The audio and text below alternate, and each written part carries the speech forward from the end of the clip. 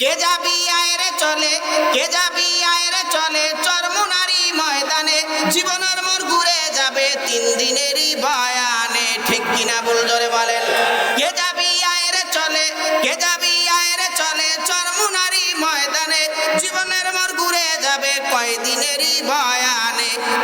কত কয় না জোরে জোরে জোরে। মুর্শিদে কিবলার বয়ান শুনে কি মজা যে লাগে প্রাণে, পিসা পুজরির বয়ান শুনে কি মজা যে লাগে প্রাণে, শায়েখে চরমুনার বয়ান শুনে কি মজা যে লাগে প্রাণে।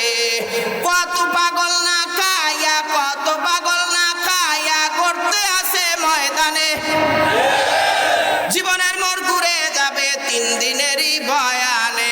কে যাবি আয়রে চলে, কে যাবি আয়রে চলে চরমুনারি ময়দানে, জীবনের মোর ঘুরে যাবে কয়দিনেরই বয়ানে। জোরে কান, কয়দিনে বয়ানে? ডাল খিচুড়ি নাই রে সে থায়, কত ঘুষখোর যায় রে সে থায়। ডাল খিচুড়ি নাই রে সে থায়, কত মক্খর যায় রে সে থায়। আসেনি ডাল খিচুড়ি? আছে? যার যার খাবার শেষে খায় না?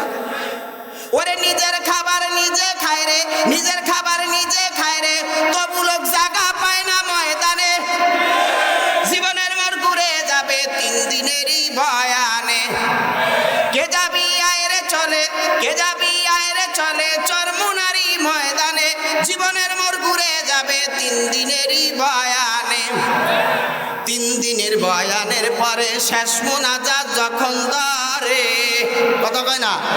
3 দিনের বয়ানের পরে শেষ মোনাজাত যখন ধরে, লক্ষ মানুষের চোখের পানি, লক্ষ মানুষের চোখের পানি পড়তে আসে ময়দানে, জীবনের মোর ঘুরে যাবে 3 দিনেরই বয়ানে। কে যাবি আয়রে চলে, কে যাবি আয়রে চলে চরমুনারি ময়দানে, জীবনের মোর ঘুরে যাবে 3 দিনেরই বয়ানে। যাবেন তো ইনশাল্লাহ? ফজলুল করিম রহমাতুল্লাহ আলাইহি মৃত্যুবরণ করার পর যারা দেখছেন কালা মানুষ লাগে যেমন হাসতেছে হাসতেছে, এরা কি? এরা মাওলারে চিনছে, আমরা মাওলার পরিচয় পাই নাই, চিনতে পারি নাই, যার কারণে আমার অবস্থা এরকম, আপনার অবস্থা এরকম, দিলের অবস্থা এরকম, জবানের অবস্থা এরকম।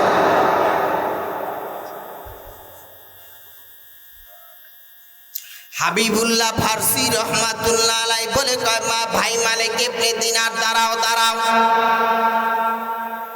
আমি একটু কথা বলি, আল্লাহর ওলির সাথে আমি একটু কথা বলতে চাই।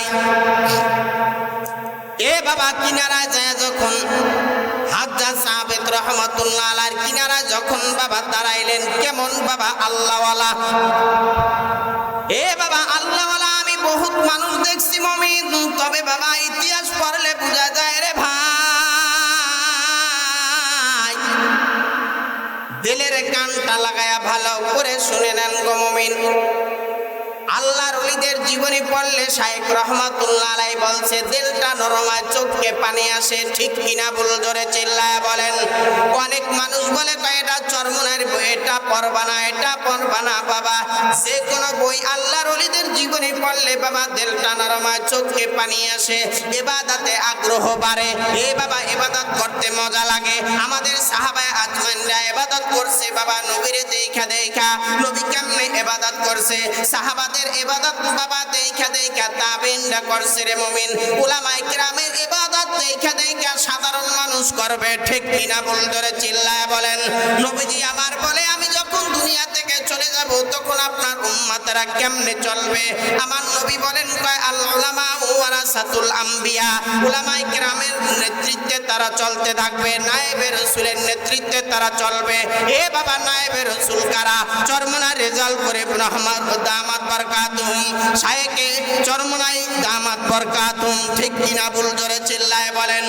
ইসহাক মুহাম্মদ আবুল খায়ের দামাত বরকাতুহুম। ঠিক কিনা বল চিল্লায় বলেন। আপনাদের এলাকার উলামায়ে কিরাম ঠিক কিনা বল জোরে বলেন। এ বাবা নবী বলেন আলাইকুম বিমুজালাসাতিল উলামা, উলামায়ে কিরামের মজলিসের মধ্যে বসবা, তাদের কথা মতন আমল করবা, আমল কইরা তাদের এই আমল লইয়া আল্লাহর জান্নাতে ঢুকতে পারবা। তাহলে উলামা ইকরামের কথা মতন আমল করা যাবে তো ইনশাল্লাহ? যাবে তো, যাবে তো। উলামা ইকরামের কথা শুই না আমল করতে কারা কারা রাজি? আল্লাহু আকবার বলে ধরেন বাজি। মাশাআল্লাহ, আল্লাহ কবুল করুন বলি আমিন। হুজুর অল্প সময়ের মধ্যে চলে আসবে, তার আগে আমি একটা দাওয়াত দিই। দাওয়াতটা হলো এই মাসের এই যে গত 2 দিন পরেই 26, 27, 28 তারিখ চরমনার বাৎসরিক মাহফিল। এই মাহফিলে সবার দাওয়াত। তবে আপনাদেরকে মুড়ি দেওয়ার জন্য দাওয়াত দিচ্ছি না। ওয়াজে যাইবেন, কথা শুনবেন। দেহের রোগ আছে, রুহের রোগ আছে। এই রুহের রোগ দূর করার জন্য আল্লাহওয়ালারা বয়ান করবে, ওই জায়গায় যাবেন তো ইনশাল্লাহ।